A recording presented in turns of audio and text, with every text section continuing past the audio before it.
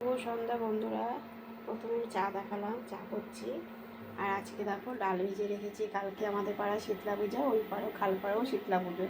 তা ডাল, মটর ডাল ভিজিয়ে রেখেছি। এটা রাত্রে 8:30 9টা নাগাদ করবো। আলু ভাজবো আর শুকনো লঙ্কা ভাজা করবো আর ডালের বড়া করবো। আর দাদাভাই বলেছে আলু সিদ্ধ দিতে, যে খাবে চলে আসবে। কালকে সারাদিন রান্না ছুটি।